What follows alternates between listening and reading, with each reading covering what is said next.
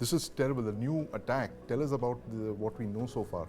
Well, there have been attacks frequently happening in Khyber Pakhtunkhwa of Pakistan, mainly by the TTP, but there are new splinter fractions and Islamist groups that are coming up in the region, perhaps supported by the Taliban or getting a lot of equipment that the US had left behind in Afghanistan. Right. And this time around, there's been a fresh suicide attack in Dera Ismail Khan at a police station where at early morning at around 3 a.m.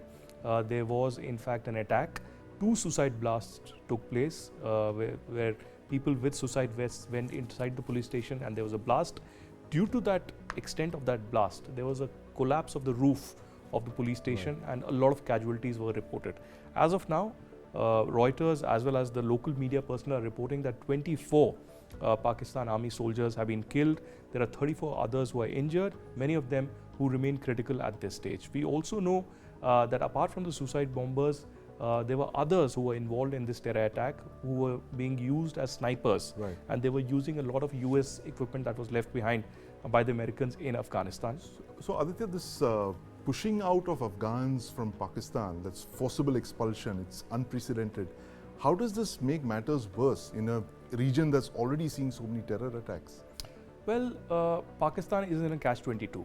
Pakistan has helped Afghanistan's Taliban and the Haqqani network for years together, in the hope that someday when the Taliban comes to power, they will act as their own puppets or their own B team. That hasn't happened. Ever since Taliban has taken control, the Haqqani network and the other faction of the Taliban has had differences with the Pakistani deep state, the ISI and the Pakistan Army. They've also not been in good terms with the political establishment. A lot of abuses has gone to Bilawal Bhutto, Shehbaz Sharif and others.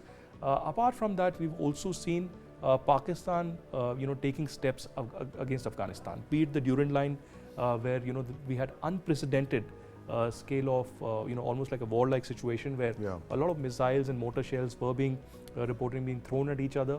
Apart from that, we also saw Sirajuddin Haqqani, who was using a Pakistani passport for the Doha talks, his passport being cancelled. Now the Pakistan says that they did so after informing Sirajuddin Haqqani, but nobody knows the reality because Afghanistan hasn't come clear on it. But thereafter they come up with a statement that we have millions of refugees from Afghanistan for years together, and that is a huge, puts a huge impact on the Pakistani economy.